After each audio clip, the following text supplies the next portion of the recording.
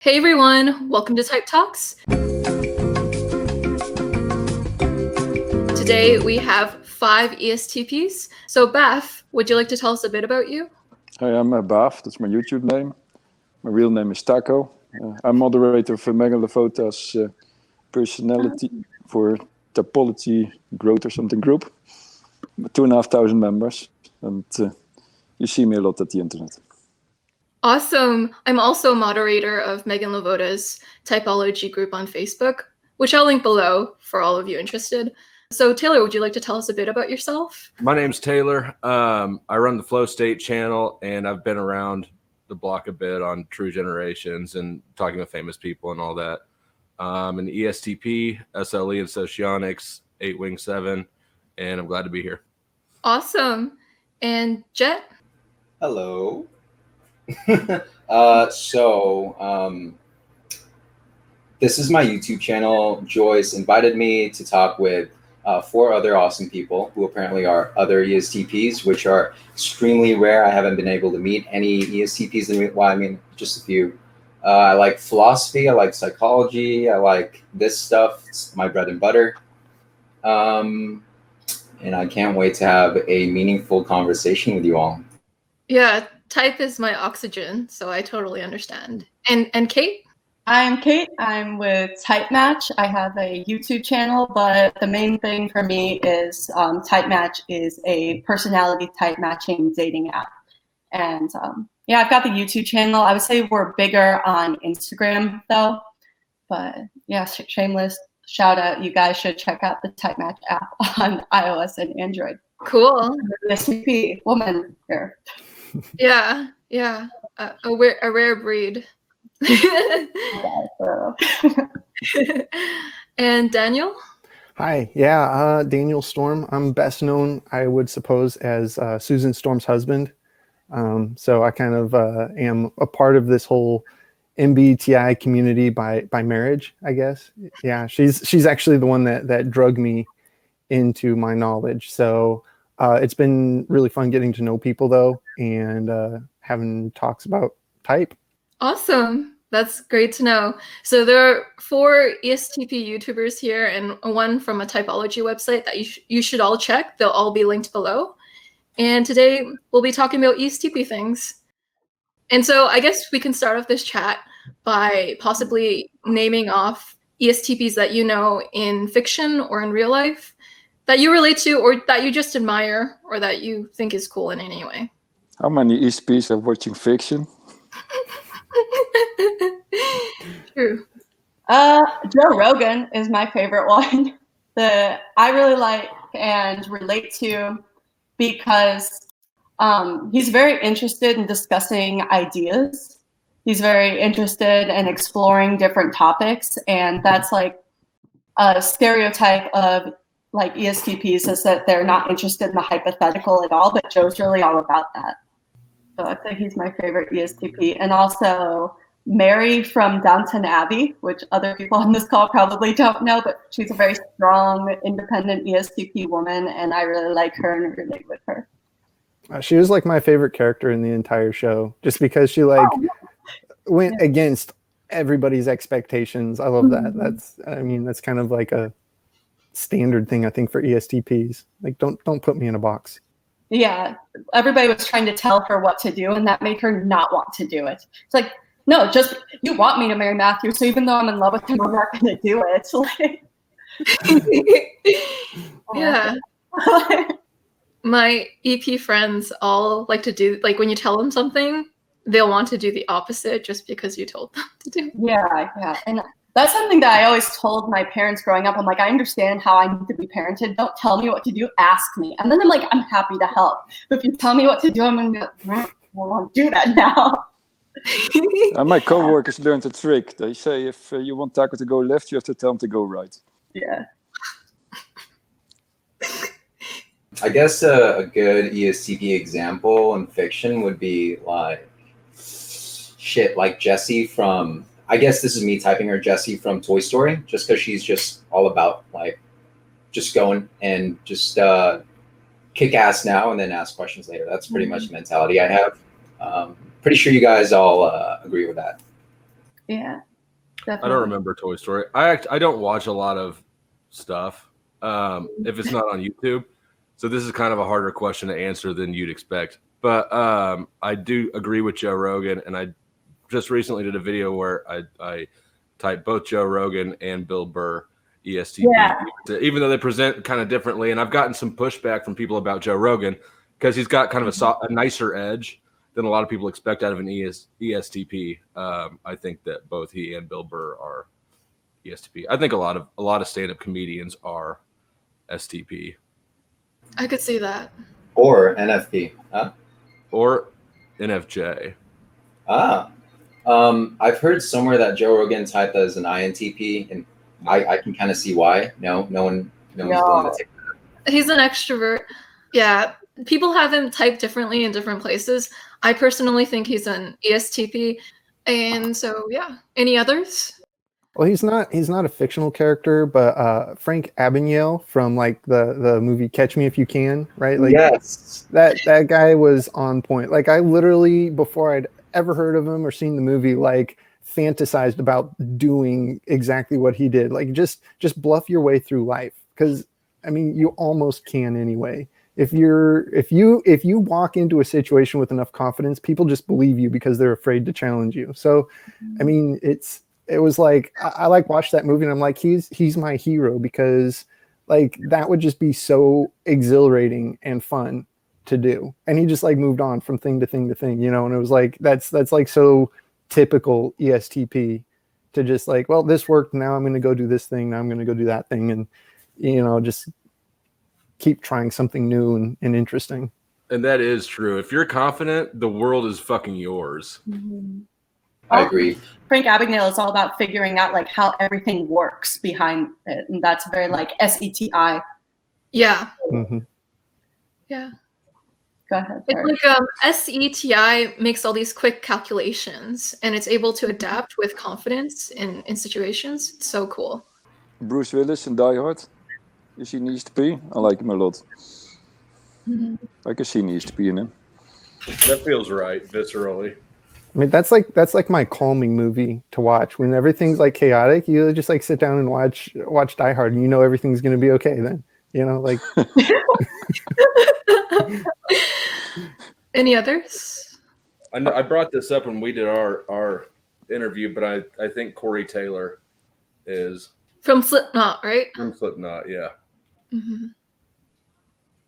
Corey Taylor, I type him as an ISFP because all the emotion from like the language and the songs that he writes and sings about, just very, you know, emotionally based.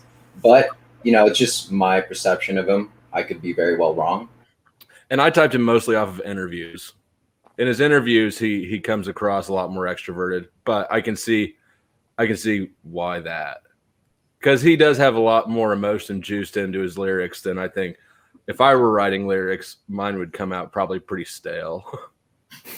Real life people, Greg O'Gallagher from Kinobody. If anybody knows who that is out there, I think he's an ESTP as well. What's the call on Trump? ESTP. So it's interesting. With Trump, I've seen him typed as ESTP, ESFP, and ENTJ. I think most possible is SE Dom, but I'm not sure if it's ESFP or ESTP. Probably ESTP. Yeah. His communication style is extremely direct. Like just like one word, like sad. And I'm like, oh, I do that. So I could see. Yeah, I feel like look at usually, even with ESTPs, I don't like. I can resonate with what they do and what they say, and I don't have that with Donald Trump, except then for his action-orientedness as SE. But I don't see TI I resonate with. Well, with almost any ESTP, I resonate with the TI, and I might disagree, and we have a robust discussion. But the way he discusses, it does resonate with me. So that's why I find it so difficult to see an ESTP in him. It might be that he's a different Enneagram type. I was wondering, what is everyone's Enneagram type? I'm a 7-wing 8. I'm an 8-wing 7, SXSO. So we're similar types, Taylor.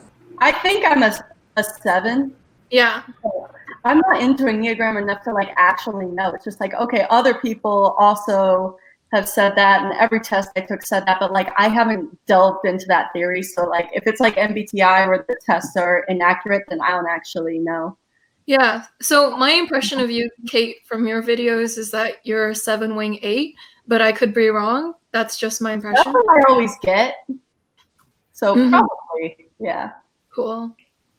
I do have a lot of enthusiasm and energy, but like I said, I just don't know enough about it. And so, Jet, you're a 7 wing 8 or an 8 wing 7?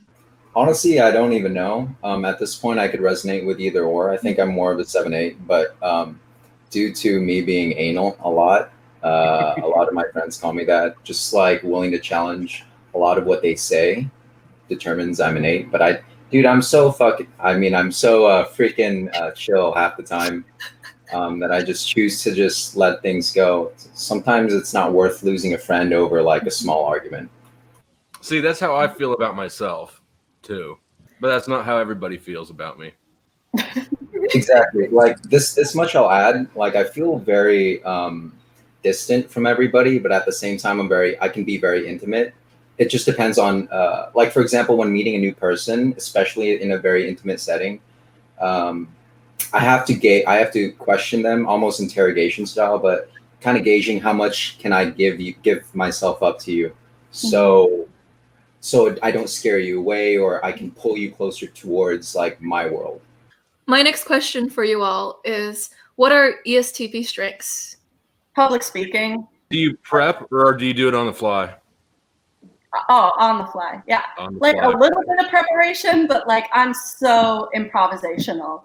I'll make my PowerPoint if I have to, but like then I just think of you could see it in my videos. Like people have said, it seems like you have a general idea of the topic you're going to talk about, but then you figure out what you're going to say in the moment. And I'm like, absolutely. That's how it goes. That's what I like to do. Can't prep. Do you have a hard time, like any of you guys that do YouTube, do you guys have a hard time like just talking to a camera? Yeah. Okay, because like that's awkward as fuck. Yeah, like I have tried so many times. I'm like, okay, listen, I'm an ESTP. There's not that many of us out there putting out content. I'm going to start doing like these videos and recordings and stuff. And I do it. And then I watch them and I look like I'm cardboard because I have nobody to react to. I have nobody else's energy to feed off of. No, man, I'm just like, it just kills it. And I'm like, I cannot put this up there because everybody's going to think ESTPs are robots. You know what I mean? Like that's just, and I have like the hardest time like putting emotion into something where like even if it was one-on-one, I could do it. There's a hack for that. Like, okay, if I'm making a video, there's nobody like here, I'll make somebody Skype with me or Zoom on the side while I'm recording my video. So like I am like on the side watching them like smile and react. And I'm like, oh, keep going. Or I'll make somebody like stand in front of me. So you don't even know there's somebody in the room, but that allows me to do it. That's awesome. Yeah, no, something I should SPP. Yeah. Yeah, like because like I was in the military for 11 years. I had to give a lot of briefings to different groups and commanders and did training, and like I always had a super easy time with that. And so I figured I could make a video, right? You know, like it wouldn't be a problem. But then I tried to do it and I failed. Yeah. So I like recording while I'm driving the best. Like I try not to do it a lot, but car videos are easy because you're driving and you're talking, and the driving sort of takes you into that moment enough that you can talk kind of, and it just rolls out of your head.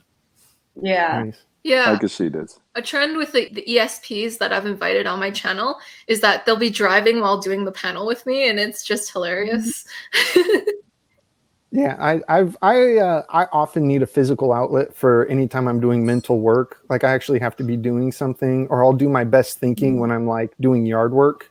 Just put on like some headphones, block everything else out, focus on what I'm doing, and that's when I like can actually process the most mentally. Mm-hmm. All of my Same best here, thoughts. Daniel. Because I typically go to the gym during lunchtime, and especially the STJs, and we have a lot of them in the office. They find lunchtime is half an hour in the canteen area, and then you go back to work. So I'm gone for more than an hour and do a workout. But if I don't do it, I'm way less productive. I just need it. Mm-hmm. Same. Can I ask, what's one major thing that like drives you guys to wake up every day and not like say fuck it? I'm extremely driven. I think you need to have a mission. If you need to have something to go for, this NI goal, which might take a long time to develop, but if you have it, I'm now race rowing for 30 years, and also this morning, well, it was Sunday, I woke up early to go rowing and to compete against the students from the university nearby, and that's for me really kind of mission. It's something I look forward to and I really enjoy. So no problem to wake up then. But I never slept a lot. I did the newspapers early in the morning when I was a kid, and I had 2 of these quarters, so to make double money, because I just woke up a bit earlier and did it on the moped, so could do in a very fast way. Could do a lot of stuff in the morning, and then I was still back in time to go to school. So. Yeah, it seems like it might be like a depression thing too. Like if you're depressed, it's harder to find a reason to do things. But maybe that's irrelevant, but that's a factor.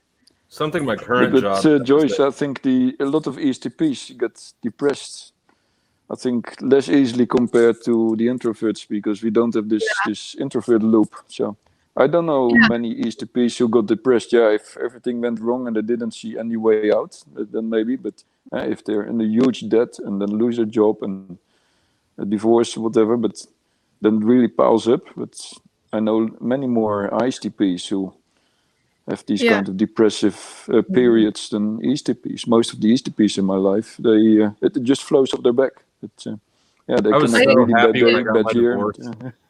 Yeah, I agree. There's a scientific study done where it says that introverts are more prone to depression than extroverts, and it says that like on the scientific study they talk about how like extroverts, they're more prone to being optimistic or like viewing the sunny side up when given a bad situation. So you're right about like introverts looping and more prone to sadness. Yeah, that makes sense to me. Yeah. I think it's interesting that a lot of ESTPs end up in Enneagram being 8s or 7s, right? Like I've noticed that across the board. There's very rarely are they a different Enneagram type, and people say any MBTI type can be any Enneagram type, which I think is probably true. But ESTPs, I feel like, just have this penchant for life and action and activity, and you can't help but develop into a 7 or an 8. Yes. With that internal drive being so strong. I agree. Yeah, it's the action orientedness, which is very 8 of the 8s. And then ESTPs,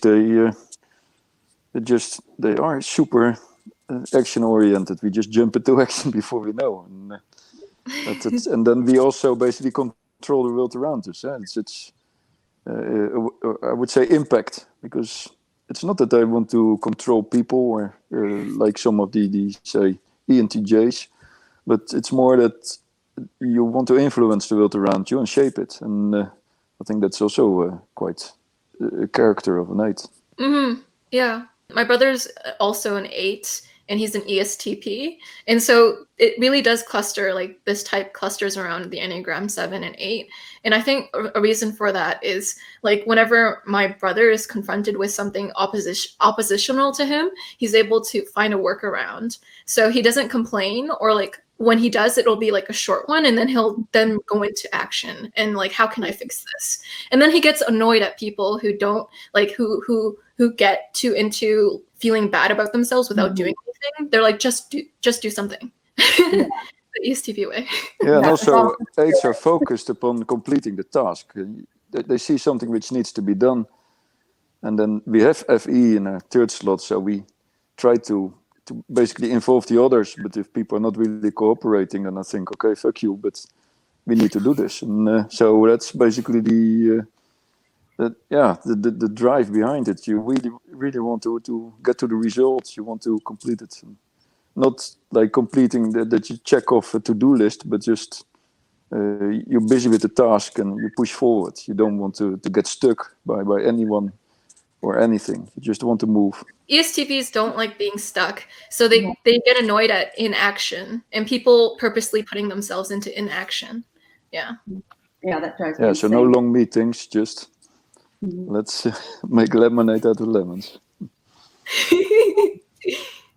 The worst thing is inaction as the result of too many like rules and regulations that are standing in the way of doing what needs to be done. Do you think that's why ESTPs tend to view rules as suggestions? Because they're too limiting? I mean, for me, I do, right? Like Yeah. I determine which rules I think I'm going to enforce, even if they're not my choice. You know, I'm like, you know what, this rule doesn't make sense. Mm-hmm. I get it for other people, but it doesn't work for me. So I'm just whatever. Yeah.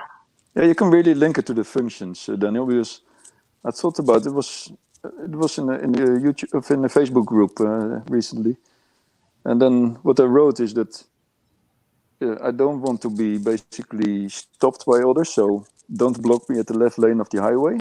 I just want to move, and if somebody drives slow in front of me, it just annoys me, and so that's one. So, and then early in the morning, also don't tell me that I have to drive at the maximum speed limit if the road is empty. It's that's TI, you know, it doesn't make any sense. And I'm married to an ISTJ, and I know she gets really upset if I break the speed limit with a huge difference. So my FE wants her to be comfortable next to me. So then I try to stay close to basically the maximum limit, and I commit basically to the rule. So that's a kind of FE factor. Mm-hmm. Yeah, that's so cool. To go off of your point of speed limits. So my ESTP brother, he got a new Tesla, and it's like probably like one of the fastest Teslas you can get. And some of the ways that ESTPs show love is that they give you new experiences. And so my brother's like, get in the car, and like the first thing he tells me is like, put your head back or you'll break your neck. And then like he wanted to show me how fast his car was.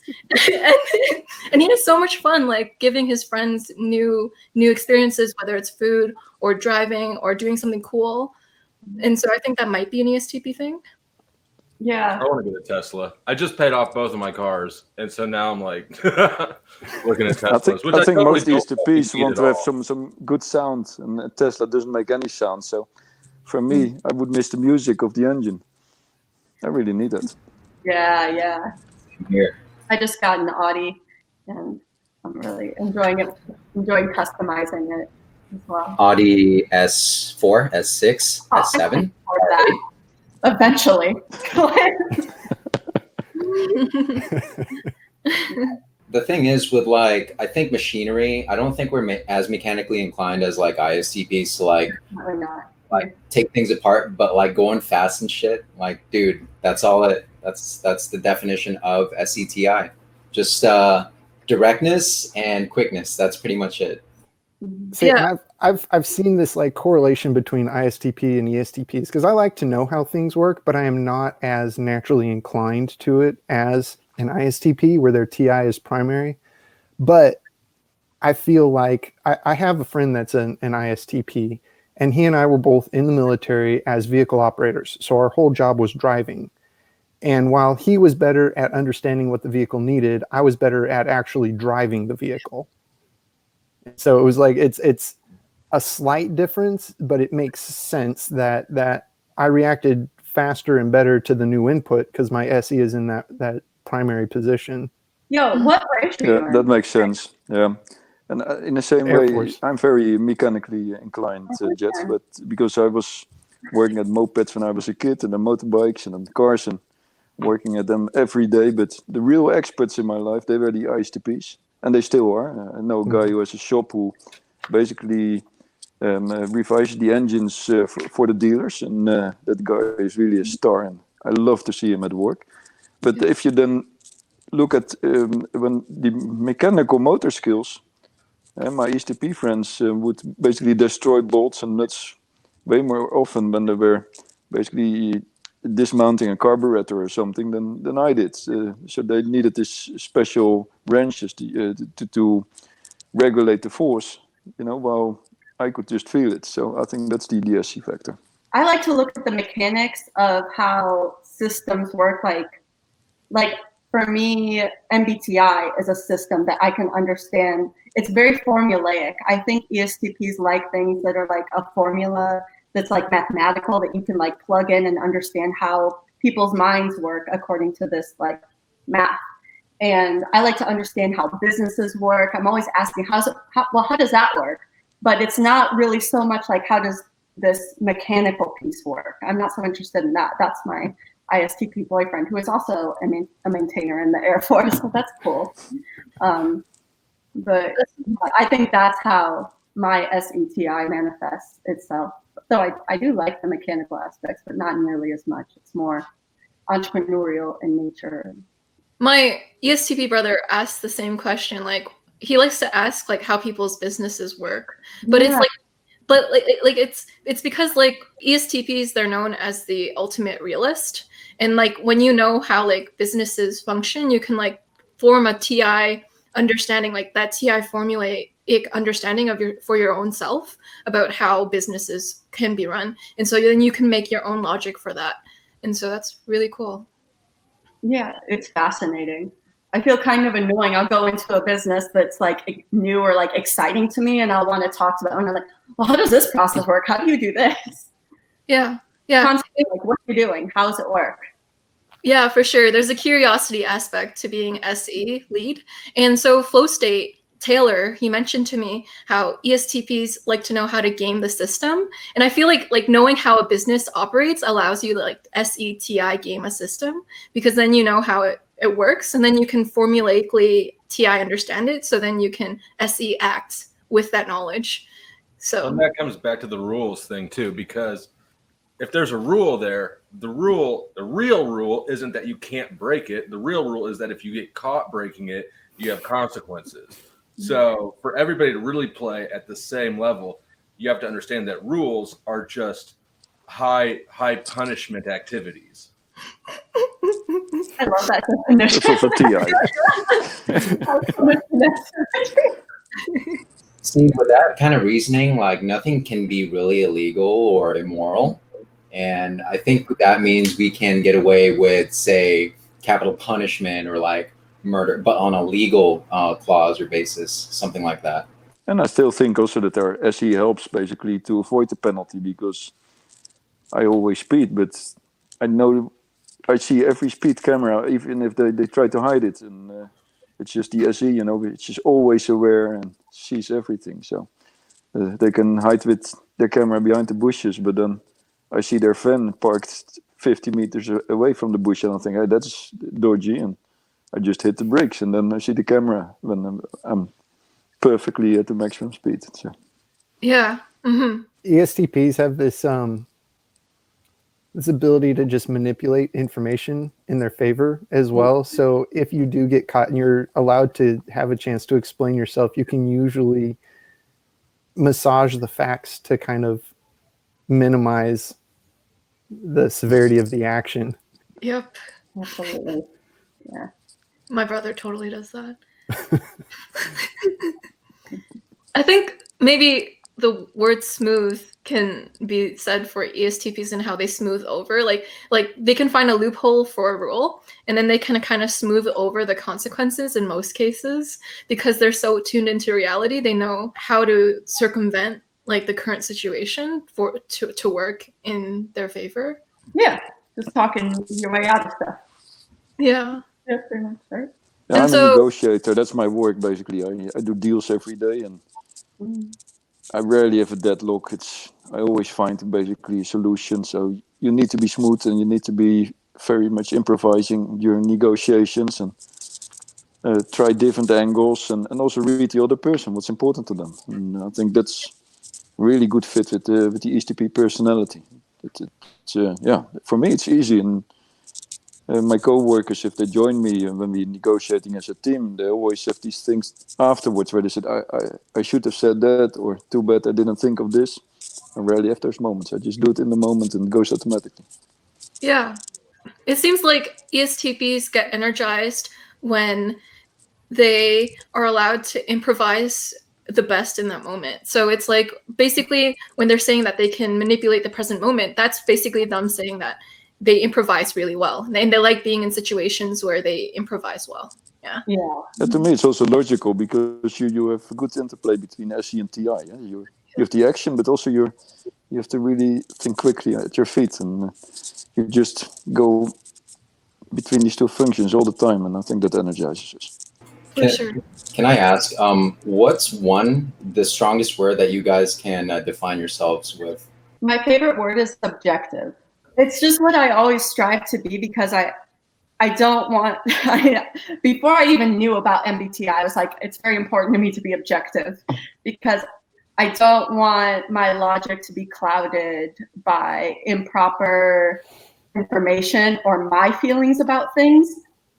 I don't know, it's just essential to thinking correctly.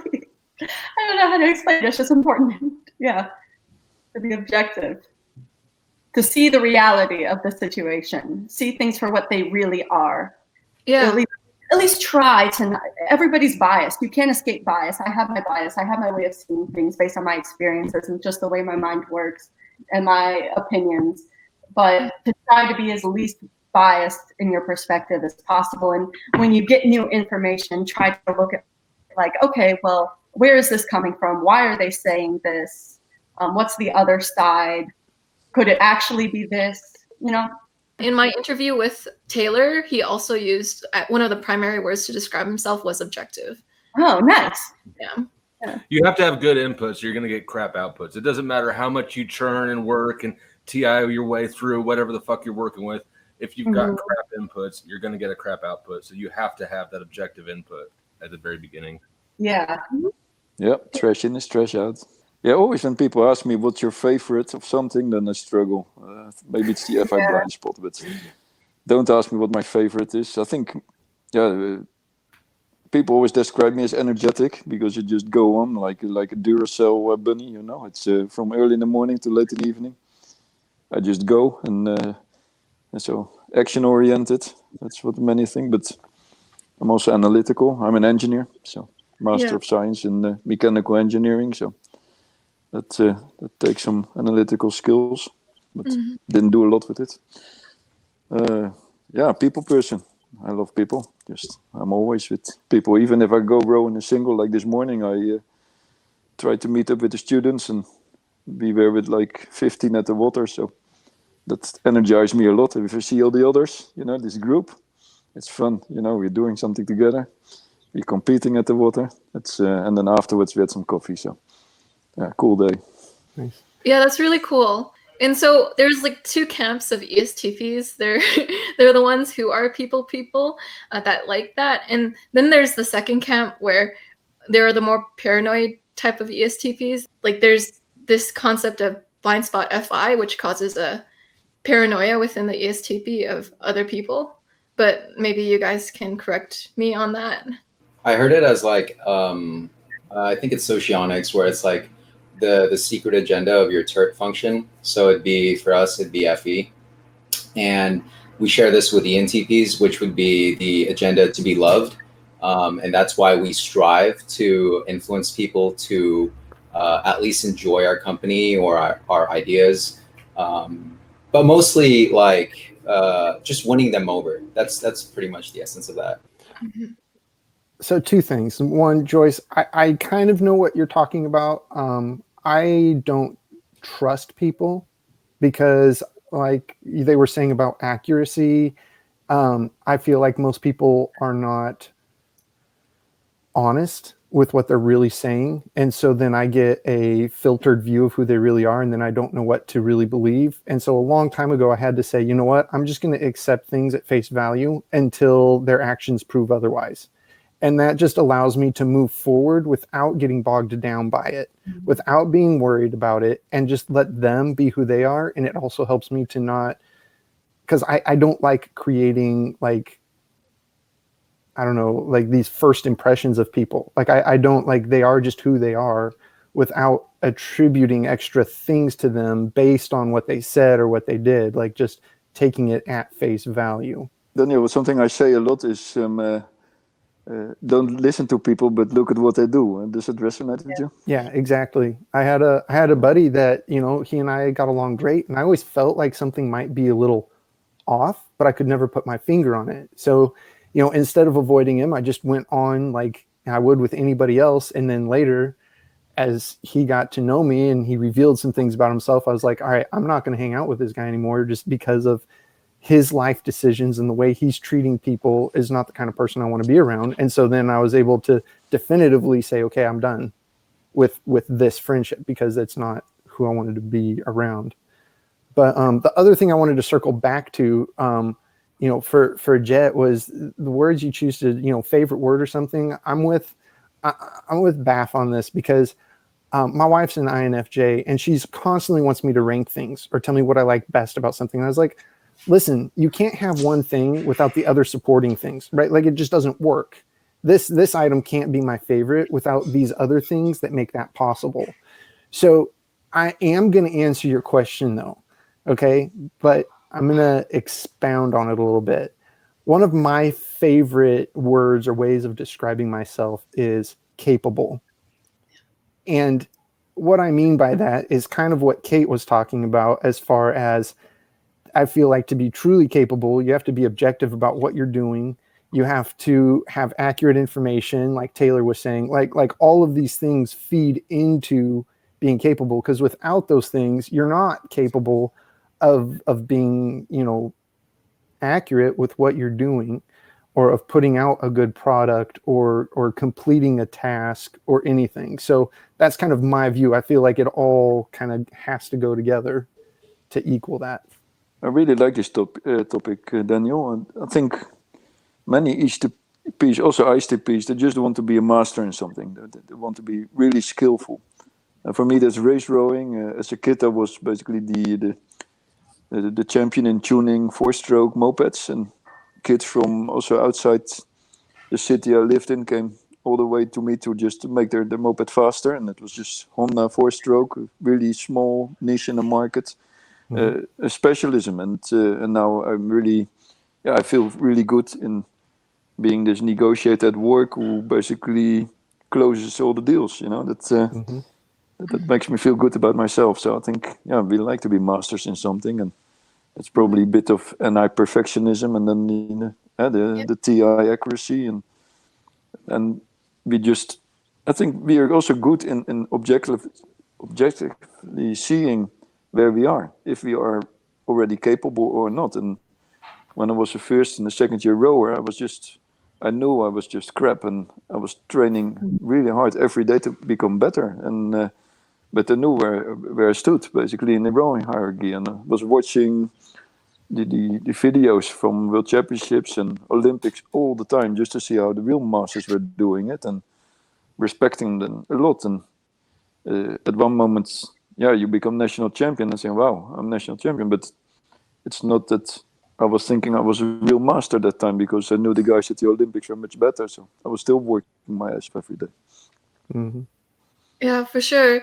And you bring up a really cool theme, Taco. So SPs, they're known as skill refiners, like they put a lot of investment into like perfecting and mastering and seeing progression with the skills that they acquire. So something about like the SP temperament is that they're known for progressively getting better at a skill. So it's like, with Taco, it's like learning that perfect rowing technique, and it's like mastering in that. And so, that's a SE trait. Mm-hmm. Yeah, but it's also NI, because it's very focused at only one thing. So an Intp kid and an ESTJ kid, so they both have NE, and they have so many hobbies that for them it's way more challenging to just go for only one thing. It's boring to NE. Well, to me, I really want to become a master in one thing, and I don't mind if that's one thing. I just want to be really good in it, and I think that's the NI factor. Yeah, I relate to it too. Like I tend to consume in the areas where I see a purpose, like an NI purpose in taking that in. So I also relate to that. And so, Taylor, what word would you describe yourself with? I would piggyback on any of those words happily. I think assertive is the one that I didn't hear brought up that I do hear a lot, but definitely analytical is one that I've heard my whole life and always gotten a little bit of a warm and fuzzy inside when somebody defines me as analytical. I like that one. But yeah, back to the becoming a master of whatever you're doing.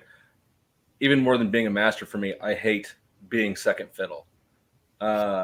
If I'm doing something, I want to be the one that people ask the questions of, like, is this right?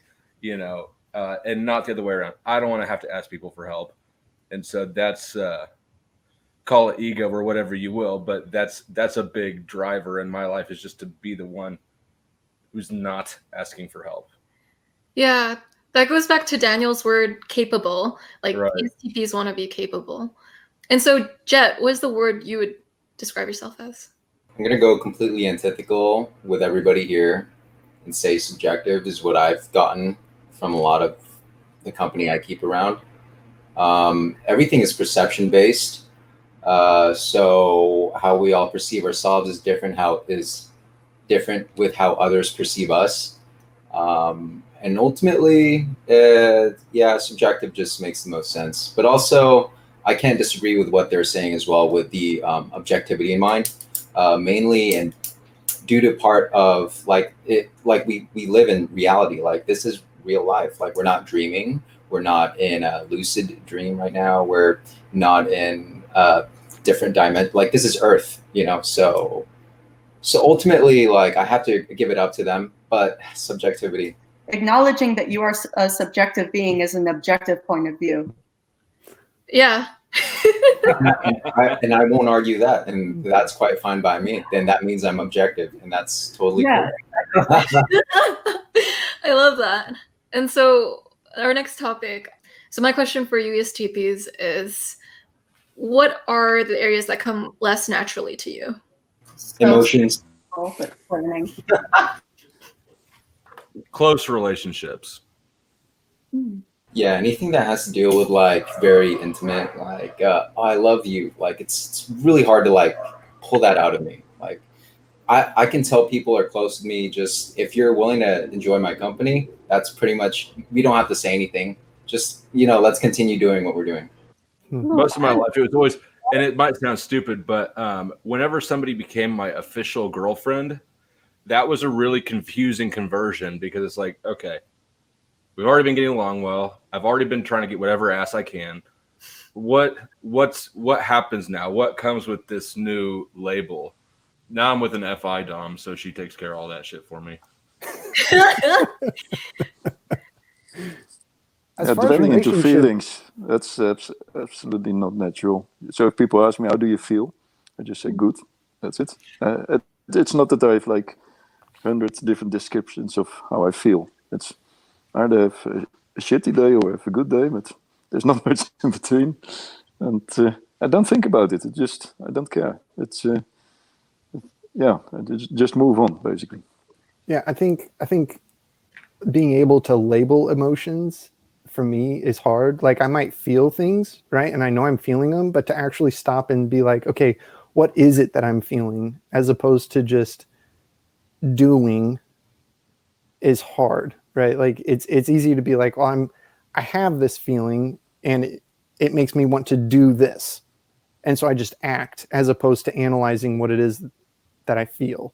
I've gotten out there's like this wheel of like emotions or whatever, where it goes from like very basic emotions out to get more specific, to try to like once in a while try to figure out, what am I feeling? Because I'm like, okay, it's not happy, but like, what is it?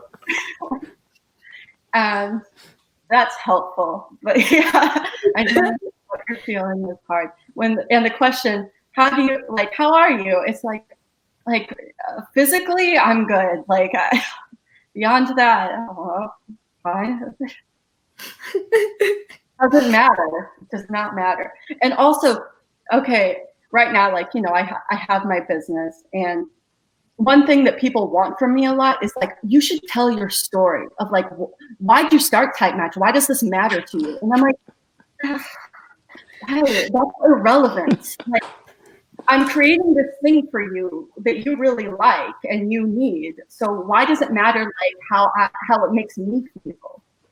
Like, I'm making a product, but people really want that. If you've ever watched those, like, I don't know, Amazing Race or American Ninja Warrior, they always want the like, oh, I'm doing this because like I feel very strongly about this other thing that is totally unrelated that happened in my life. I need to go to Amazon and like run 100 miles or something. And I'm like, why'd you tell me that? Just like, it's a cool thing to do. You know, they're always trying to bring it down to the FI, and I'm like I can make something up for you, and it'll appear as if I have FI, but I don't. So, you know what I'm talking about?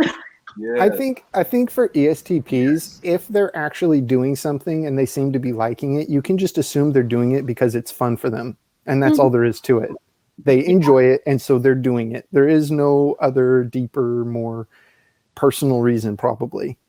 Yeah, this is interesting to me. I like it. Yeah. Basically, what I notice myself then, how I react, because I have some INFJs in my life who always ask me how I feel.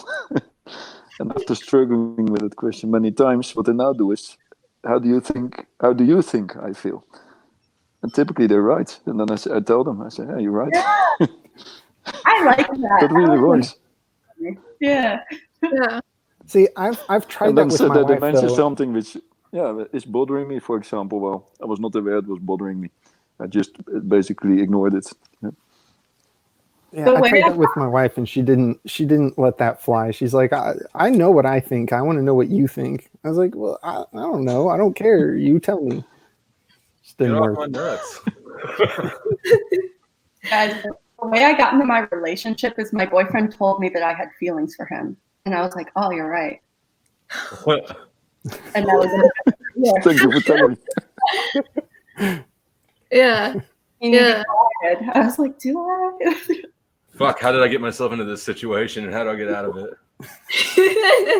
Yeah, for some FE users, like other people notice their emotions on them faster than they notice themselves and their own emotions.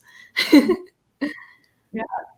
I also don't like, I don't know if this is related, but I don't like being put into a group of people if we don't have an objective or something that we're doing. But if you're just like plopped into a waiting room with people and try to make friends into those circumstances, it's impossible. Well, what would be the point? Exactly. Like what would be the point? I'm sorry. Like, if you're not, I'm with you on that, Taylor. If you don't have an objective or something you have to accomplish or do, then it's a waste of effort and energy. Yeah, my brother gets annoyed when people are like headless chicken running around. Like he's like, you need to have a point because Essie and I need the point. Well, I think a lot of people say that sensors like do a lot of small talk, but for me, I hate small talk because it's the same thing. It's pointless. Like if you want to have a conversation, that's great. Let's do it while we're like, I don't know, biking on a trail or hiking a mountain or something like let's talk under those circumstances because then we're actually doing something. Throwing rocks at this bear we just saw. Yeah, even that. Not throw rocks at the bear. Like what? I agree, Daniel. Typically, I think my best vacations and weekends are if we go first biking or rowing or something else, another activity with friends, and then afterwards we have a good discussion. And it's not superficial, but yeah, it can go sometimes really deep. And maybe an INTJ or an INFJ might not find it deep, but I find it deep, and it's definitely not at the surface. And Jet, your thoughts? I agree with everybody. Like small talk is completely useless. I will fake a conversation with people if I'm in a professional setting because I have to, or etc. But beyond that, like it's hard to get me to talk if I'm not like interested in what we're talking about. I need to be doing something with my hands, or just physical activity. Otherwise, like I'm bored physically and mentally, and you got to garner my interest somehow. Yeah, ESTPs are very kinesthetic, and they just like to do while also, talking. And so a theme here is that you kind of get that no one likes small talk. Like, it gets attributed to sensors, but in general, no one likes it. Yeah. So yeah, everyone wants big talk. You go from small talk to medium talk to big talk, and that's sequentially what happens. Unfortunately, a lot of people are afraid of just being direct and like, what's the meaning of life? Like, no, like, dude, you can't just go off like that. But unfortunately, people don't want to do that. So now you need to find an ENTJ. They'll drag you straight into the big talk. I That's agree. true. I've been trying to engage in small talk with people more, especially at work, because if you put in a little bit of effort about answering how your weekend was and then asking them back how their weekend was and actually listening to it, they appreciate that shit. There's that type of intimacy from like just asking people little things, because it's like a big way of showing that you care, but through a little action. I don't know, maybe not. No, it does make sense. It's because people care about social norms and stuff like that, but social norms were meant to be ignored most of the time. They're created. It's just I'm just gonna go off a conspiracy theory here, but like yeah social norms are kind of dumb. I think the FE is there, but it's not strong enough to stay for a very long time if it's just like this shallow talk, you know. I walk away at one moment, sorry. Yeah, I guess social norms is another type of rule that can be kind of stifling or like limiting on your freedom. And so there can be a resistance towards too much of that. And so what are ESTP stereotypes that you don't agree with? No, I feel that I'm completely a stupid bully, so I agree with the stereotypes. I second that. We're only interested in shallow conversation, like we just talked about. Yes. I mean, This goes way too deep, Kate. I had people when I was growing up that all they ever saw of me was I was always outside playing sports and doing, construction work and all this stuff, even as a kid, doing house renovations and all this stuff. And they had no clue that like I play piano, and, until I went and played at a recital and stuff, and everybody's like, I had no idea he could do that. Like they don't understand the multifacetedness that ESTPs can bring. The variety of their capabilities can be very widespread. That's not to say like other types are withheld from that standard too. It just seems that we're so in our own heads and egos that we say, oh, we're better than everybody. And while we think that to be true, it very might as well be the truth because, again, we're in our fucking heads. I think that we are in our heads a lot more than anybody notices. Like even I don't realize how much I'm in my own head until we start having this sort of conversation. And I listen to Daniel and go, oh yeah, well, all day long I put my phone in my hard hat and I listen to shit all fucking day long. So it looks like I'm walking around with a clipboard checking things off, but I'm not. I'm thinking about whatever the fuck I'm listening to.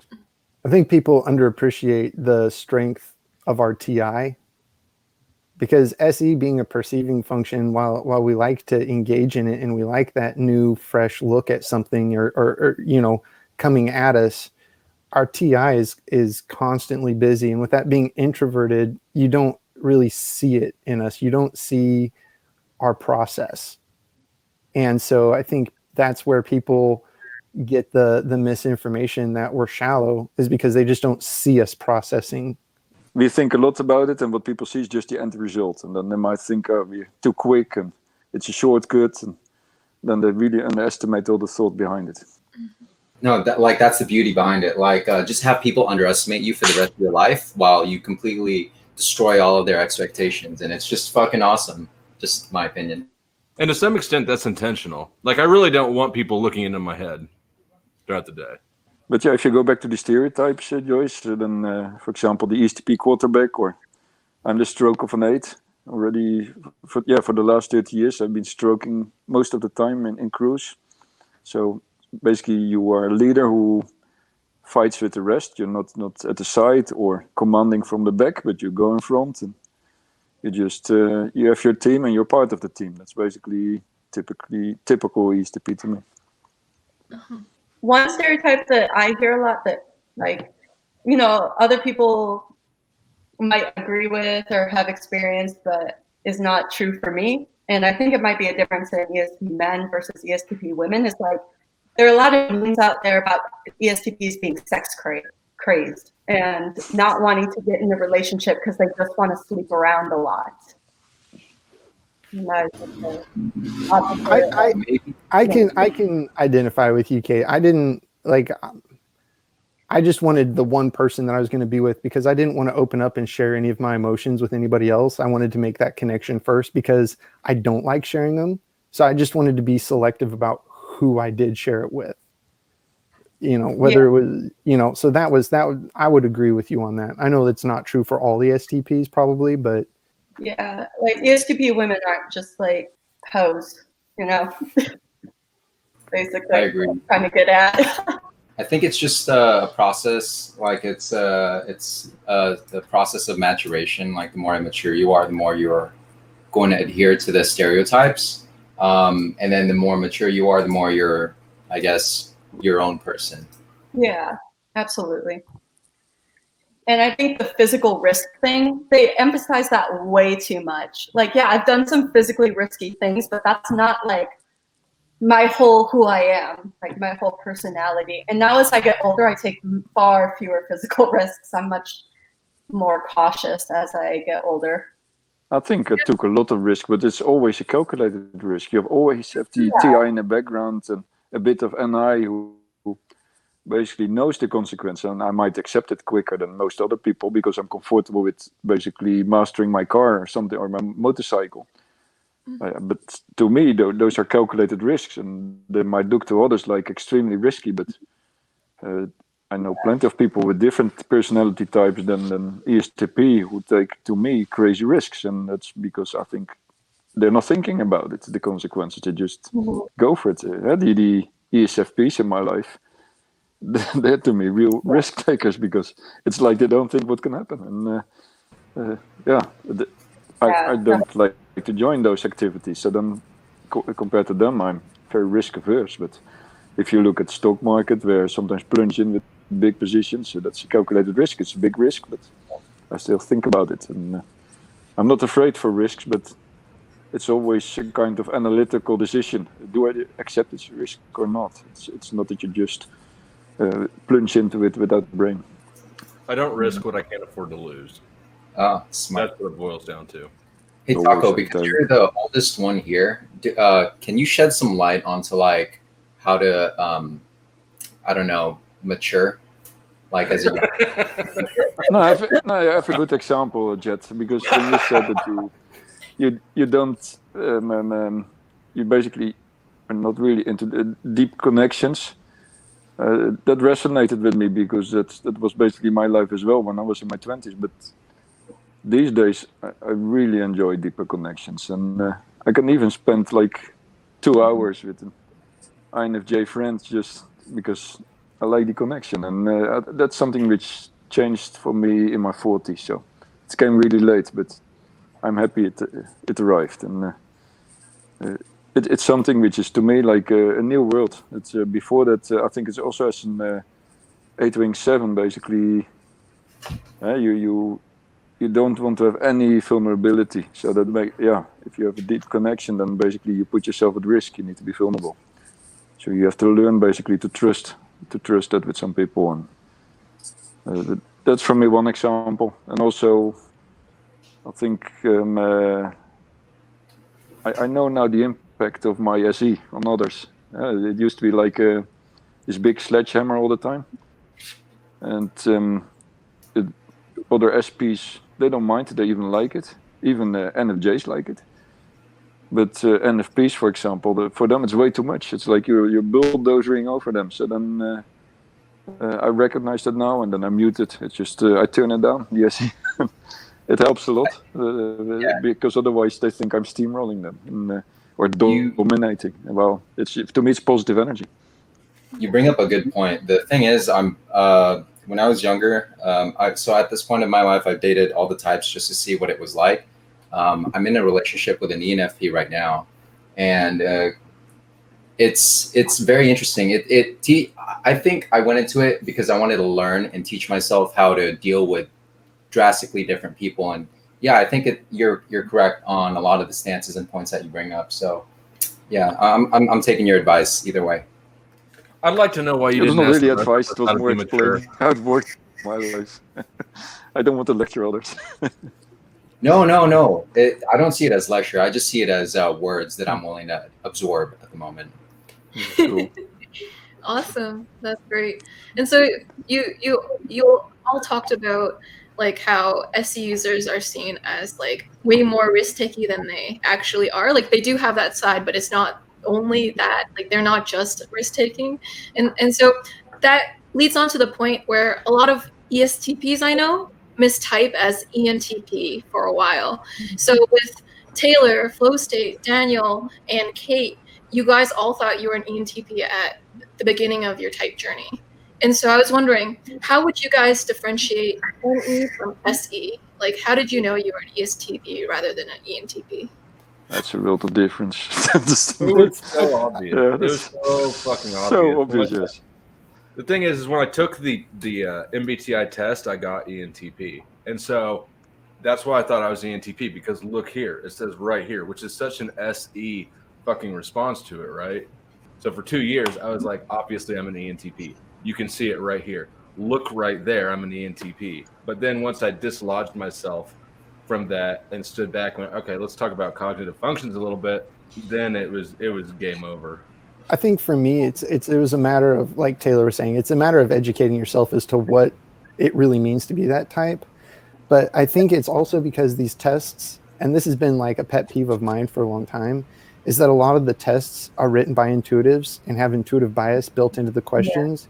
Yeah. And they make sensors sound boring, and they make intuitives sound like the only creative or interesting ones. And so, you know, ESTPs, we're all about being outside the box, which is like so typically assigned to intuitives. Mm-hmm. And so I think a lot of times SE users are probably mistyped into NE because of that. Yeah. But if you look at it and you want to have like a hard and fast quick, like what's the difference between NE and SE? NE will come up with a million ideas. SE will act on a million ideas. I agree. Yeah. I had taken I've taken so many MBTI tests, like so many different ones. I don't know, 20 or 30 at least. And they all came up ENTP or INTP. And it's like, I know I'm not an introvert, help me silly. But so, you know, I thought that must be true for a long time. And also the fact that I'm very high in trait openness. And I think that the problem that a lot of people have and a lot of tests have is that they are confusing the big five with MBTI. And they're assigning trait openness to intuitiveness. And that's definitely not the case. I am definitely a hard concrete sensor that, like, okay, I figured out, what am I actually looking at? What am I actually looking at right now? Like, what is real? What's happening? What's everybody doing? What are the facts? Like, what is happening in reality? And that's what got me to like, oh, this is actually SE. But the only way that I arrived at that is like one of my friends in the community called it.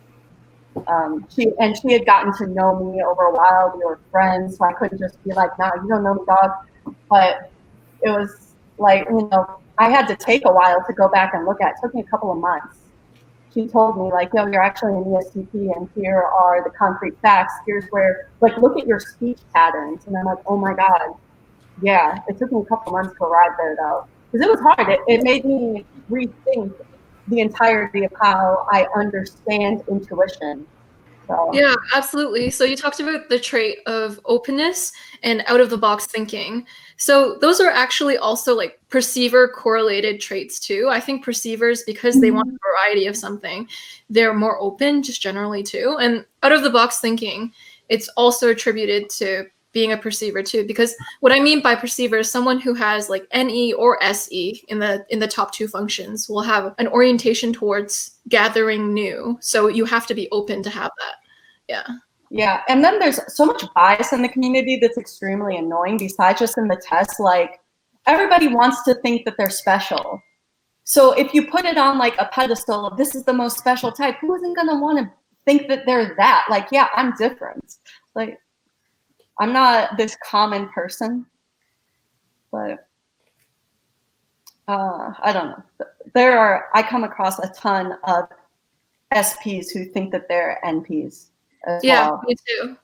Yeah. Most of the SPs I know think that they're NPs.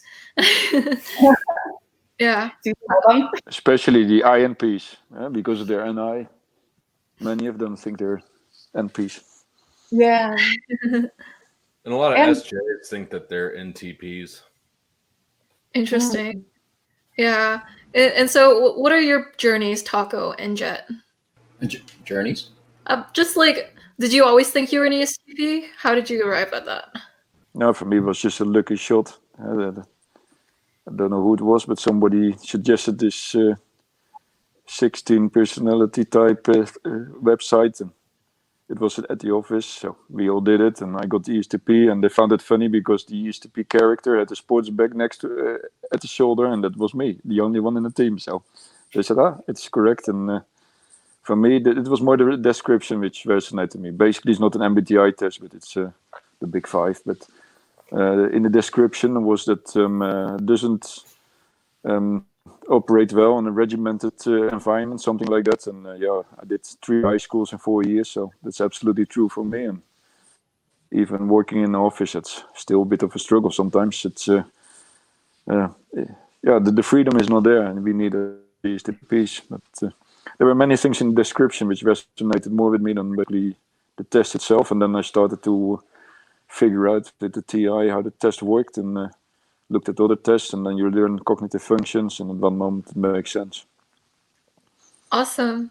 I'm just going to preface this by asking, do you guys align with like ADHD or something like that? I have that.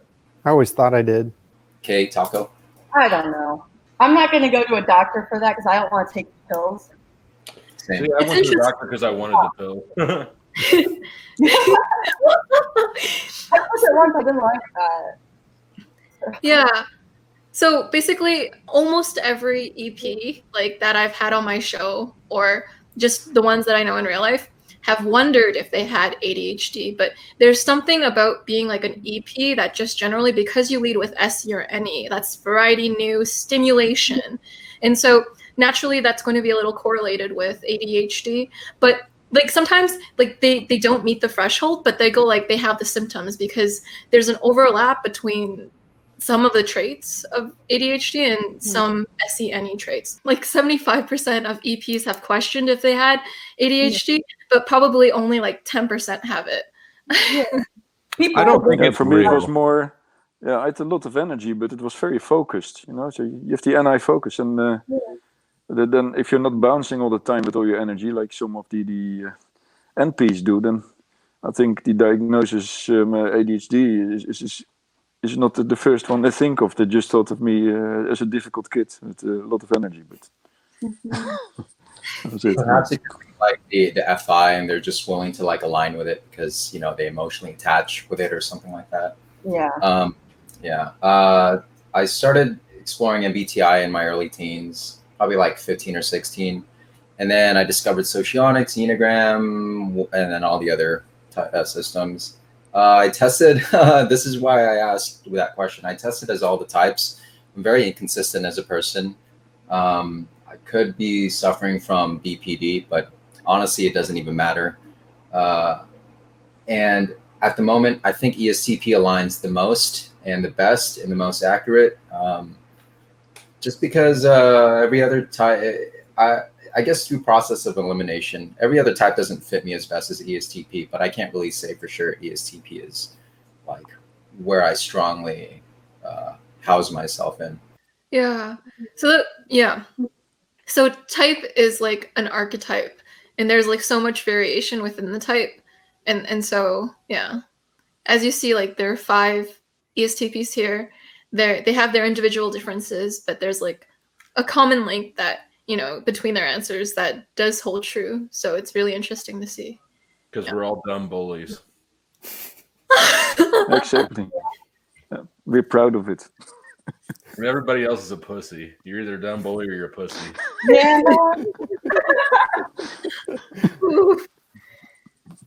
I get mad at my audience for that. I think it's important. No, I have to admit that many times I think others are weak. That's my natural thought, and then I will not speak it out. But I think, wow, you're such a whiner, and it's just a bit of 8-wing-7 probably. But when people give up quickly, and then I'm thinking, you're just starting. Come on, if you already give up, you failure in life, And I was only kind of kidding. I was mostly not kidding. My ESTP brother has thought the same thing. I don't know about the rest of you guys, but I feel like my first failure is like my warm up to attempting something, right? Like I have to get that out of the way before I feel like I'm on track to actually complete it. I have to make my first attempt, make my try. And once I see where it fails, I feel like, okay, now I'm warmed up to being able to tackle this problem. And now I can get it. I don't even use the word failure, because to me it is an attempt. You're just testing something, it doesn't work, you change something, you try it again until it works. But the word failure to me is not, it's not a word I use a lot. It's just you try again. There you go. That's a better way of looking at it. Reconnaissance. Yeah, I suppose failure is when you fall down, you refuse to get back up. Exactly. Yeah, and the glory is in their eyes. That's a really interesting point. I've said like before that I've never considered anything that didn't work out for me as a failure. Like it took other people saying to me like, you failed, for me to be like, oh, I didn't think about it. Like that's not the way I considered it. It just you learned that one method didn't work, but you didn't give up yet on reaching your goal, basically, or getting closer to your destination. So it's just that was a kind of obstacle. Mm-hmm. Yeah. So it seems like resilience is a topic that's coming up. Yeah. I wonder if it's like a general ESTP thing, or if it's a neuroticism trait. Like people who are more neurotic tend to be less resilient. People who are less neurotic tend to be more resilient. So I'm not sure if that's what's shared or if the other thing is shared. I am really low on neuroticism, for what that's worth. I think it also links with FI. You know, you don't feel really bad when something goes wrong. It just flows on my back and I try again. Yeah, you don't feel stupid. You just think this was not smart. Let's try it another way. I should have thought about it before I did it. That's what I think, but I don't think that I'm stupid. I thought, okay, I was a bit too action-oriented. Just think it out a bit more. Yeah. I only feel bad if I've given somebody else a bad experience as a result of my incorrect action. I agree. That is so true. Yeah. So you guys are okay with taking chances. Like you feel bad only when the FE is involved. Like it hurts someone else's feelings. But like just in general, you're more. I think even then it has to be a surprise. Like there's plenty of times where I'm okay with giving somebody a bad experience, but I know about it beforehand. What I don't like is finding myself like, whoops, that rippled over to them, you know? Accidental bad experience. Right. Yeah. So we got it accurate. I agree with both of you. So wait, when was the time when you gave someone a purposeful bad experience? I remember one. It was there was a time when for 2 or 3 times somebody knocked off the mirror of my car, and then at one moment I saw a pattern in it when it happened, and my brother and I, my Estp brother and I, we were just on the watch out, and then the kid came and he basically kicked with his foot to my mirror, and I gave him a really bad experience, and he never came again in our street. You see, I have no regrets. I don't feel pity for him. I don't try to have any empathy or see his perspective that he's such a bad light that he kicked my mirror. I just should stay away from my mirror. So that's how I think. So the 8 in you is fine with giving someone a bad experience if it's put them to their place, if they did something to you. I don't know, to make sure that they don't do it again. You're good. It helps you with the boundary setting, maybe. It's a bit the revenge of an 8, I think, if you think of Enneagram. You know, it's don't bother me, and if you bother me, I just kick your teeth out. I'm okay with giving people a bad experience in terms of like, if it's necessary to like help them grow. Like you need to see this, or you're going to be stuck or experience something really bad in the future. I'm very much a live and let live kind of person. So if you invade that, then I'm gonna likewise return that to you, because don't mess with me and my life in a negative way if you don't want the repercussions to come back at you. Mm-hmm. And that's just life. You know, like I'm very easygoing. If even if I think you're doing something wrong, but it's not affecting anyone else except yourself, I'll let you do it. Mm-hmm. Even if I see it, I'll let you do it because you're not bothering or affecting or hurting anyone else. But the moment you step outside of that, then that's when that's unacceptable. Yeah, and it includes our loved ones. You know, don't bother them as well. If somebody's in our tribe, then just stay away from them. Don't make their life difficult. Don't treat them in a bad way. It's at the office, it's with the family. It's just a bad idea, because then you get basically the bad side of me. And usually I'm kind and friendly, but if people start messing with my family, then yeah, it's For me, it's even more into so the with guy my from the family. mafia. Yeah, it's even more so for me with my family. Like, I'll let you insult me and say whatever you want about me. I couldn't care less, because I don't care about your opinion of me. But you start messing with my family, and then it's game over. Fuck around and find out. Yeah, and my ESTP brother in elementary school, I used to get bullied. Like, it was so bad that they made a Facebook page about me, and they would take pictures of me and upload it and like tag different parts of my body, like ugly face, ugly nose, ugly smile. And my brother, when he found out about it, he wanted to beat them up, and I was like I didn't tell him who it was, but that was sweet of him to want to beat them up. That resonates, yes. Yeah. I would still prefer you would tell me who it was. Mm-hmm. Oh yeah, that's cute. Like, ESTPs have a protective side to them. Yeah. And so we can be bullies, but then probably we have a good reason. That's we can bully the bully. I love that. I definitely agree with that, Taco. Like, I don't see the need to like go out and actively piss people off. I mean, it may happen inactively, but if someone's bothering someone, like, and no one's there to stand up for that person, it kind of makes sense. You know what I mean? Yeah, what they say a lot is that I don't look for a confrontation or a fight, but I don't avoid it either. Somebody else starts it, then it's certainly a challenge or a provocation. I don't know, but it's reactive in a way. I agree. I'd like to think that you guys would agree with this statement, but I'd offer myself to the world as a mirror, almost like a neutral slate, if you will. And you guys are going to get the same treatment however you treat me. So that's pretty much, you know what I mean? Yeah, and that goes back to the ESTP objectivity. Like, you guys are objective. So if you guys are going to retaliate, it's because someone initiated and started it, and you're just the neutral mirror to bring it back to them. So yeah. See, and like one of my, I couldn't think of this earlier, but I don't know how many of you guys have seen the movie Watchmen with the character Rorschach. Rorschach is like, he's my favorite character in there. He gets thrown in prison. He's supposed to, he's on this, superhero team, and there's all these people in prison that he's helped get arrested.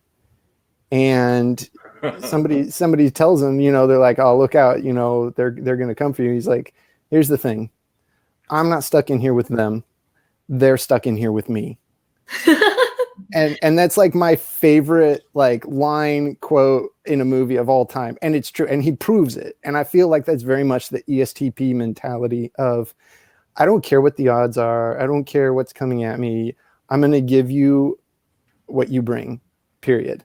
Yeah, and it's a very good topic, because with our FI blind spot, we can step on many FI toes. And when I want to be friendly and kind and then step on someone's feeling toes, then they get really offended and treat me like I'm a moron, And then I think, oh, you think I'm a moron? Well, I had good intentions. And then suddenly I throw off my kindness, and I think, this person, I'm not really interested to give them a good experience or to be kind to them. So basically, it's a self-fulfilling prophecy.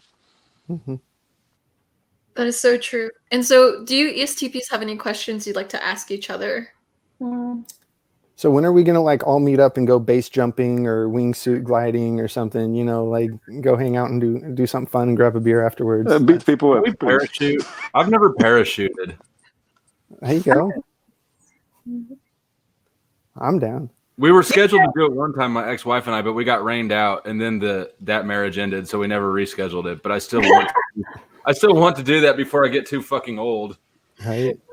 I have a question. Do you guys have trouble with watching movies? Yeah. Yeah. Okay. They're long. Yeah, and I can watch a TV show, like a few episodes it is just as long as a movie. Here's what I do is I watch it on YouTube. And so I'll click a YouTube video, and then I'll scroll through the videos below while I'm watching the first like 5 minutes, and then I'll jump to the next one. And because I see something else down there. And then I end up with this history of videos that I mean to go back and watch all the way through, and I don't.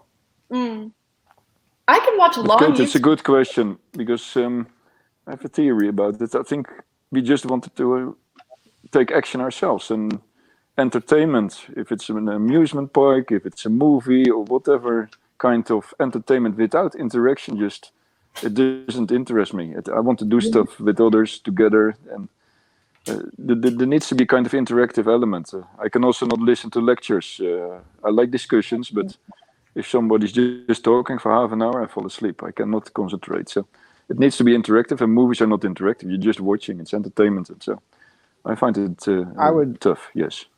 I would rather play a video game than watch a movie because I'm doing something, and most of the time because I'm online with friends where I'm communicating with them and connecting with them as well.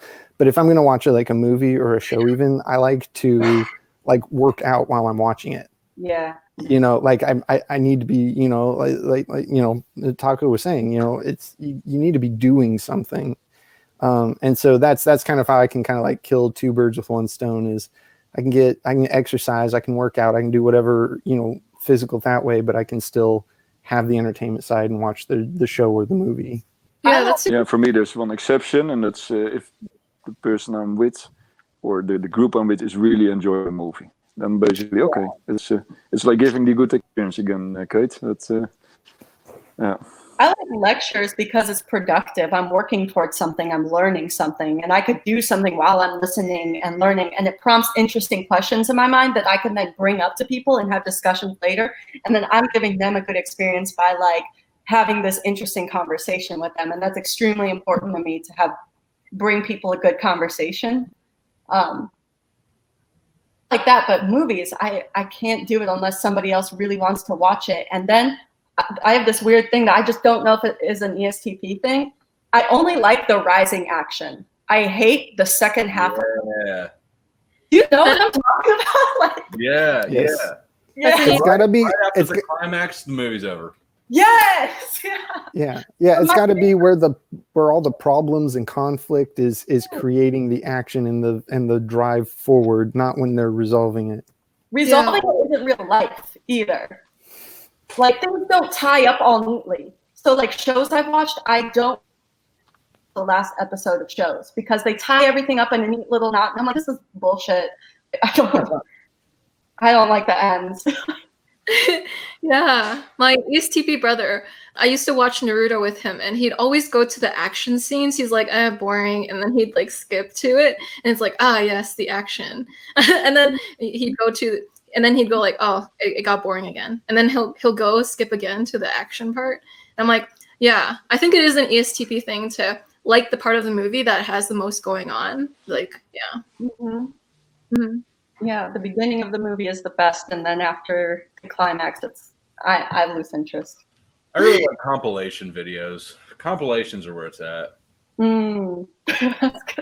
Peak of action all the time, right? All the time, right? Yeah. Everyone's a banger. How about you, Jet? I can't shut the hell up when I'm watching movies with good friends because it's just like, oh, here's something I noticed. Here's something and then the ideas just bounce off each other, and then.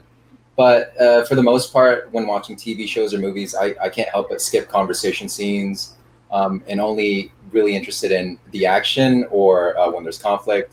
Yeah, no, I really agree with that. It's just that's my brother. Because you guys don't like long, prolonged, boring lectures. I was or just long talking scenes. I was wondering, how was school for you all? Like how was education, the system for you? I was fantastic. I love long lectures. I'll watch Jordan Peterson for 6 hours or just listen to him. He's pretty good. I was always good in school. But I didn't have to study a lot. You know, just one of those kids. If I paid attention in class, I'm like, all right, I got it.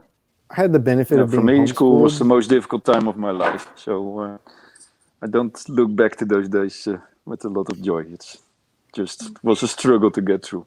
I had the brains for it, so I had good grades in the end, but I skipped a lot of classes. I had to double a year because I was just not there and not doing anything.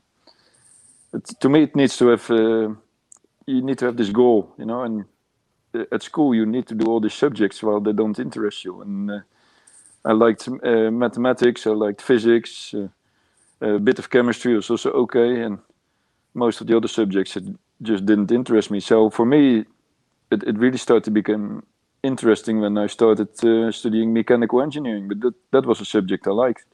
But then still, I didn't go to the lectures. I cannot learn with lectures. It's not interactive, so I would not go to the lectures, but just do it from the book and do exercises and or discuss with somebody else. The subject needs to be a bit more, basically interactive and not just somebody telling me something. That doesn't gel.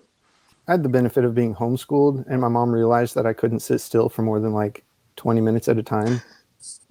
And so she would literally tell me after like 20 minutes, okay, go run around the house 10 times, you know, go shoot baskets, go do the, like, gave me these activities, go ride your bike around the block, like all of these things so I could get out and be active, and then I could come back and I could refocus for 20 minutes. And I mean, that's kind of what gave me my impression as a kid that I probably had ADHD, you know, because like I could not, like I would just lose all focus after like 20 minutes because, you know, like Taco was saying, you know, it's just not interesting. I don't care about these subjects.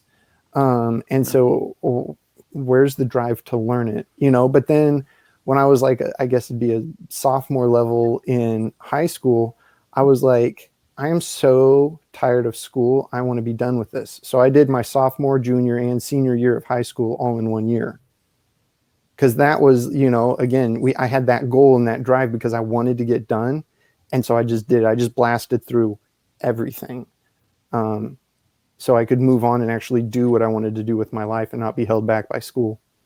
I think it's very TI, you know, because TI is either interest or not. You see it with Intps and ISTPs as well, and then ISTPs can still have basically see the total picture and see that you have to finish school, you know, because it's good for you. So then basically that can motivate them still. But with the ESTPs, yeah, if they're not TI motivated to do something, then it's challenging to force yourself to do it.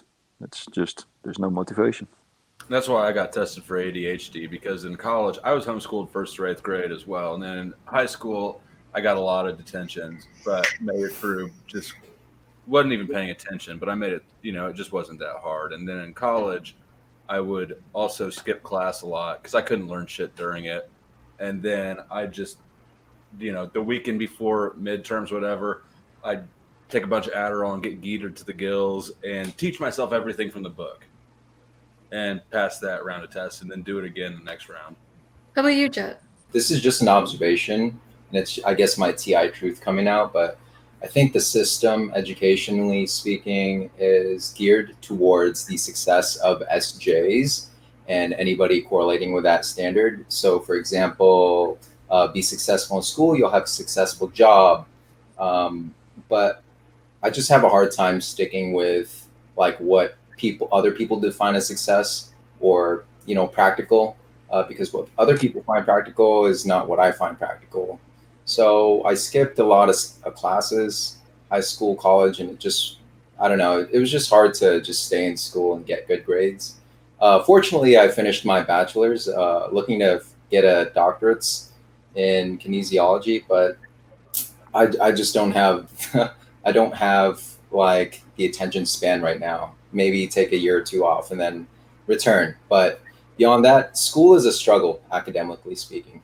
So I have a theory that, like, with some SE or any DOMs, like, school can be kind of challenging for them because it requires you to sit still, and like you guys talked about wanting to do something while also talking. And so it's, the school system needs to find ways to cater more towards like people who have SE or NE higher up, like, so that it's more stimulating for them so that they can actually like do the best that they can in the program. I used to be a teacher, and by used to be, I mean like last year I was a high school Spanish teacher, and this is something that teachers are much more aware of now than maybe when we were all in school, because I was expected to integrate some kind of kinesthetic learning into every single lesson. And there's always like get up and move around and interact and, you know, with whatever your subject matter is nowadays. So I don't know. I get a little annoyed when people talk about the school system in general, because I'm like, there's a lot of really fantastic teachers out there who understand this and are doing it. And there are a lot of like old school people who maybe got their degrees back in like, I don't know, the 1960s or something, who haven't integrated these new ways yet. But we go to all these conferences where they're like pushing this stuff, like, okay, not everybody can learn like this. You've got kids, you know, that have got a lot of energy and they need to touch things, they need to feel it. And that I think that's much more understood now. So yeah, it's there are not also so different schools now, because an INFJ friend of me, he has an ESTP son, and the guy is at the national level short tracker, so he's really good in sports, and he's going to a school where they basically combine, say 50% sports and with 50% classes, and that works for him. So he basically can release his energy, he can do his sports, and that motivates him also to do the school part. And for me, what I said, I did 3 high schools in 4 years, and the school I finished was Montessori. And Montessori gave me basically the freedom. They were not having lectured classes, but I could work at my own pace outside the class. And at one report it said, as if you can do a year of mathematics at a quiet Sunday, but that worked well for me. So my son, as an Intp, is going to Technasium, which is combining creativity with projects and a bit of TI, technical mind. So, well, our ESTJ daughter is going to a very regimented, strict school with rules. So you can find solutions these days. You can find something that works for you. I'm just very interested in a wide array of subjects. I just love to learn. You know, I got a master's in linguistics. So I'm not doing anything with that. It was just, I found that very interesting, you know. It was working towards a goal. It was interesting to me at the time, kind of deal, you know. Yeah, it was fun. It's not that I don't have many interests. I have a ton of hobbies, but there are few areas where I really want to be the master, basically become really good. So, and those areas, if you want to be excellent in one subject, you cannot become excellent in like 10 or 20 things. So those are really deliberate choices, and that was by trying out many different things, and then at one moment you find basically your destiny, and that's the thing you want. That's how it worked for me. But I have a lot of interest, and as you need to try all the different things and have the experiences to know what it wants. The SE is very trial and error to figure things out. And so my last question for you all is, when a new technology comes out or a new update in anything comes out, are you the first to hear about it, or does it take a while for you to hear about it? So it's always the ENTPs who are the first one in my life, and then I'm a bit skeptical, and I think, hey, my 17-year-old car is still working fine, so why would I buy the newest thing? And it was the same with the first iPhone. I didn't buy it. I thought, let's BlackBerry switch to kind of interactive phone like an iPhone. So that I was not the first mover with many things. I'm not a first adopter. Me either.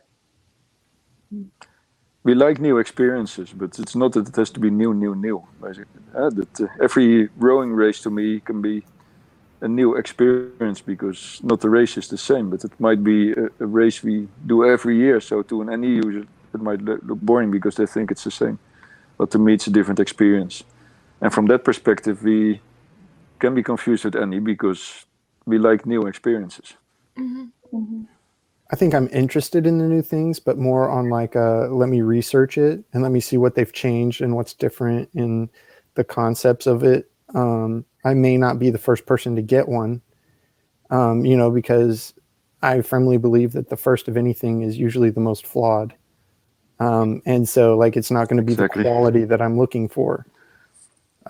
Even no matter how interested I am in it, I tend to wait and see if there's a revision or a second version of it, or subsequent ones that they improve on. Then I'm like, okay, that makes sense. They've added, maybe more new features that is really what I wanted to begin with, or they've worked out the bugs, or there's software updates, or there's, just whatever things that way. Then I'll be more likely to get something. I want Also, to be certain Yeah, look at the things- battery life of the first iPhone. That thing and didn't there's last certain very things long. like phones or cars that come out every year. I always buy those right when the new one's coming out. I get last year's model, get a huge discount. Yeah. So the reason why I asked that is so my ESTP brother, he's a huge physical tinkerer of things. So he likes to try things, but like so he prioritizes quality of the items that he tries.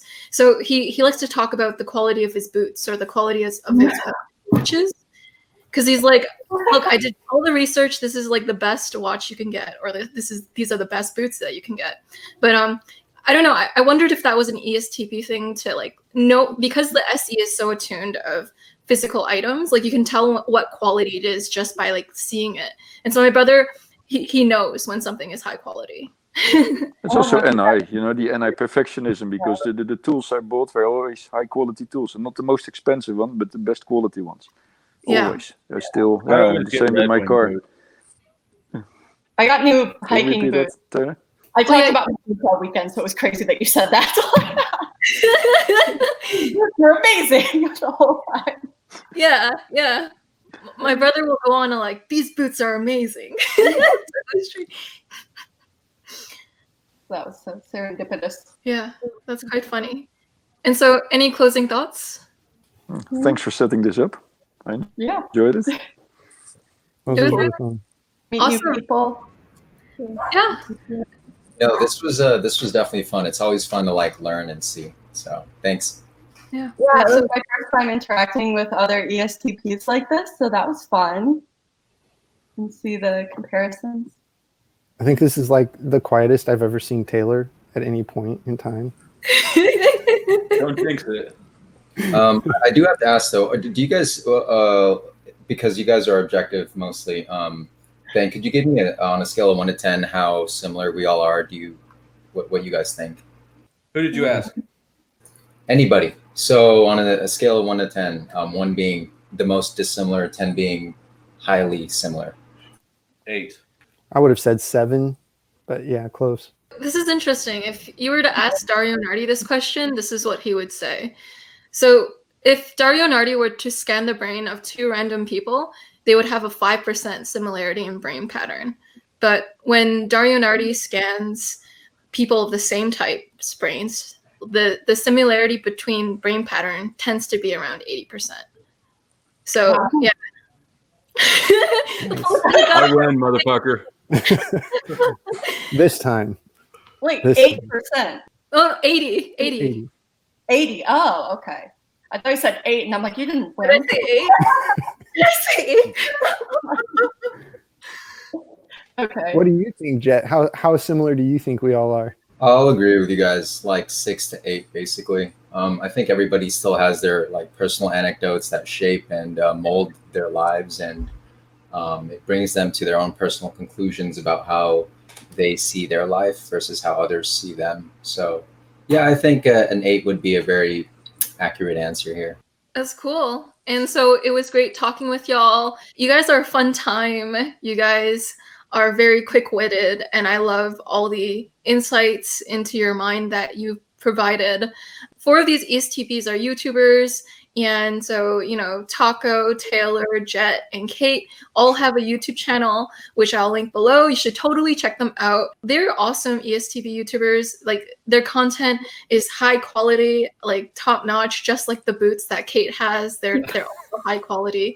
If you want to see that in video form, go check out their videos down below. And Daniel Storm, Don't go to mine. My channel is not for videos. I just use it to watch other videos, but I don't post videos. Yeah. it's okay. And so Daniel Storm has a website with his wife, Susan Storm, called Psychology Junkie that I'll link below too. And it's fantastic. ESTPs bring a certain flavor to the things that they participate in. So thank you for bringing your awesome ESTP takes and unique flavor to this panel. It was very, like, you guys are very energizing. You guys are very sharp. Succinct, sharp. I don't feel energized at all at the moment. I'm sitting at my couch late in the evening. So it did have a different vibe to me. Usually I'm more energetic, but this was like a chill, nice, together stuff. And what Yeah. are you Evening. drinking, Baaf? Yeah. It's just a proper Dutch Heineken beer. You see, it's there's some SEM Another thing about it is indulgence. we could probably outdrink all the other types. Even as a rower who wants to be an athlete, Oh, not that's proud of funny. it. Yeah. I love the ESTP live and let live attitude and the chillness that you guys bring. That was cool. And yeah, y'all are so active in your lives. You really inspire action in the people that see you act, because you're always, taking the opportunity to just do it, and, to just act. And that's really inspiring. You inspire people to take more action in their life. And so thank you for that, ESTPs. And I appreciate all of you.